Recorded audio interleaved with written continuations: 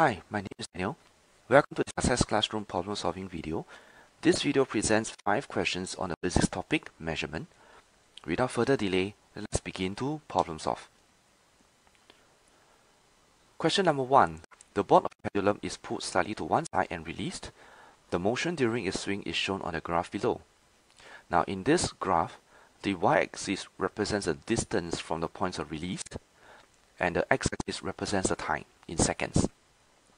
So at 0 seconds, the distance from the points of release is 0 cm, and that will mean that the pendulum is lifted to one side, getting ready to swing down. Okay, so that's the maximum point.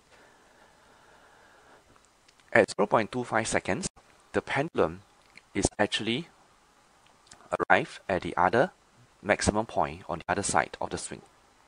Alright, and that will mean that at 0.5 seconds, the pendulum has actually arrived back to its original points of release at the maximum point. Alright, and that will mean that 0.5 seconds is the time taken for the pendulum to complete one oscillation. Right, and that will mean that the period of the oscillations is 0.5 seconds. So let's take a look at which of the statement is correct. A. The acceleration of the pendulum board at time t equals 0 seconds is 0. Now at time t equals 0 seconds, the pendulum is momentarily at rest, but it's actually trying to accelerate down towards the center of the oscillation. So the acceleration is not 0.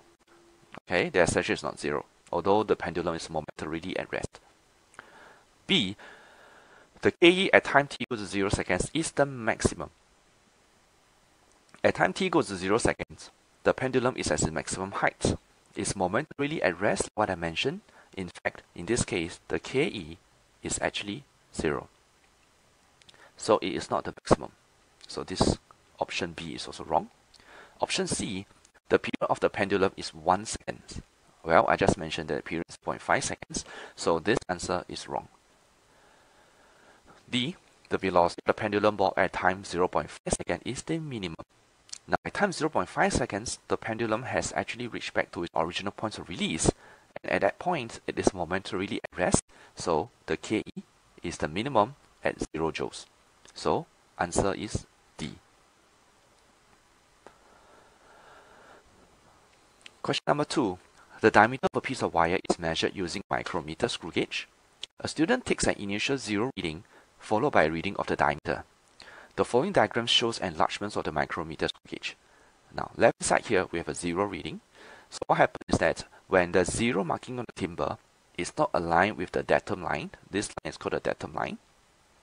Okay, when it's not aligned with the datum line, right, what happens is that there's a 0 error. Okay, when the 0 marking is below the datum line, we have a positive error. Alright, with the magnitude of the error counted by the divisions, the number of divisions between the 0 marking on the timber and the datum line. 5, 6, 0.06 mm. Okay, there's a 0 error.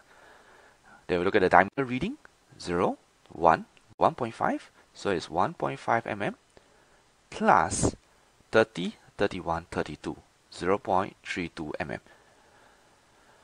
You add out the two, you get 1.82 mm. Alright, so the 1.82 mm is called the uncorrected reading.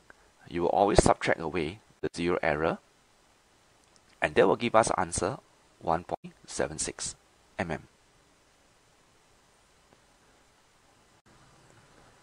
Question 3. We are given this equation, F equals to G m1 m2 over r squared. The question asked is, what is the unit of G, where G is known as the Newton's constant or gravitational constant. Now let me write down the equation. F equals to G m1 m2 over r squared. Okay, F is a force, which is in Newton. R is a distance in meter. The two m1 and m2, they are masses, so they are both in kilogram. So to get a unit of G, what you need to do is take the Newton, cross multiply with the meter square, this is r square, so meter squares, and you're going to divide by kilogram squares. Okay, because the two masses are multiplied together.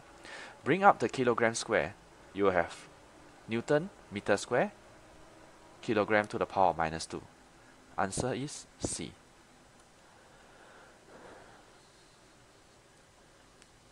Question 4. A length of wire is wrapped tightly around the length of a pencil.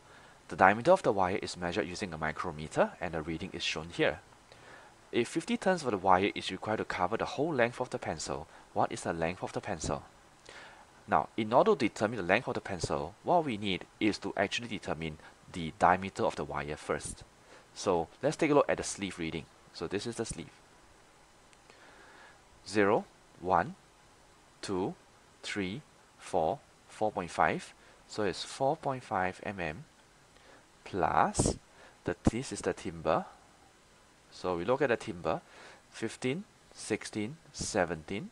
So it's 0.17 mm. Add up the two, you will get 4.67 mm. Now this is not the length of the pencil, this is only the diameter of the wire.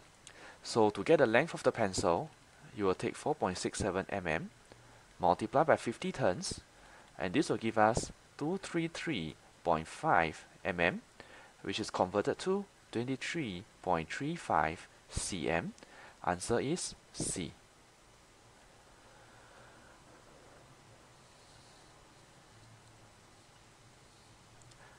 Question 5.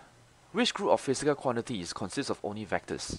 Now vectors are physical quantities that has got both the magnitude and direction. Okay, so we look at each of these groups.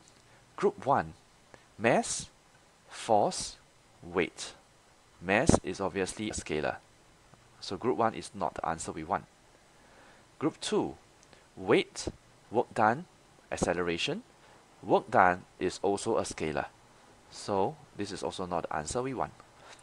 Group 3, weight, vector, force, vector, displacement, vector.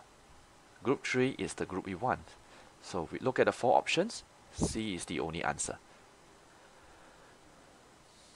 That is the end of the video. For more details about my problem solving videos and tuition services, please visit thesuccessclassroom.com. For any feedback or comments, please feel free to send me an email. My name is Daniel. Have a nice day. Thank you.